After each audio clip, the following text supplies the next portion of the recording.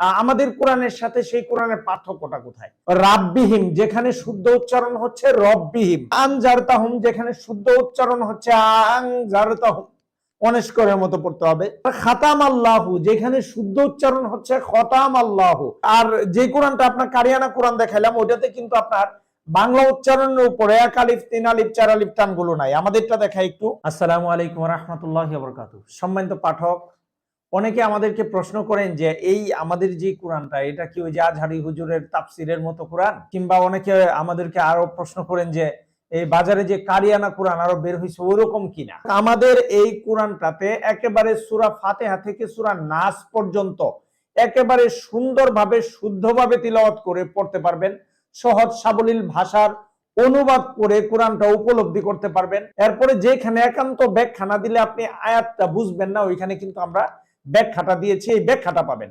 এখন প্রশ্ন হচ্ছে যে বাজারে অন্যান্য যে এই কোরআন আছে আমাদের কোরআনের সাথে সেই কোরআনের পার্থক্যটা কোথায়? সম্মানিত পাঠক, আমরা আগে ওই কোরআনটাই দেখাচ্ছি। দেখেন, আউযু বিল্লাহি মিনাশ শাইতানির রাজিম। উলাইকা আলা হুদাম মির রাব্বিহিম ওয়া উলাইকা হুমুল মুফলিহুন ইন্নাল্লাযীনা কাফারু সাওয়াউন আলাইহিম আনজারতাহুম আম লাম তুনজিরুহুম লা ইউমিনুন। খাতামাল্লাহু রাব্বিহিম যেখানে শুদ্ধ উচ্চারণ হচ্ছে রব্বিহিম, আনজারতাহুম যেখানে শুদ্ধ উচ্চারণ হচ্ছে আনজারতাহুম, অনেস্করের মতো পড়তে হবে।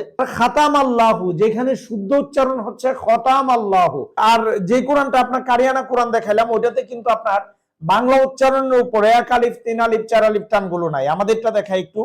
দেখেন, আপনি যদি এখানে পড়েন যে আউযু বিল্লাহি মিনাশ শাইতানির রাজিম উলাইকা আলা হুদাম মির রাব্বিহিম ওয়া উলাইকা হুমুল মুফলিহুন ইন্নাল্লাযীনা কাফারু সাওয়াউন আলাইহিম আনযারতাহুম আম লাম তুনযিরহুম লা ইউমিনুন খাতামাল্লাহু।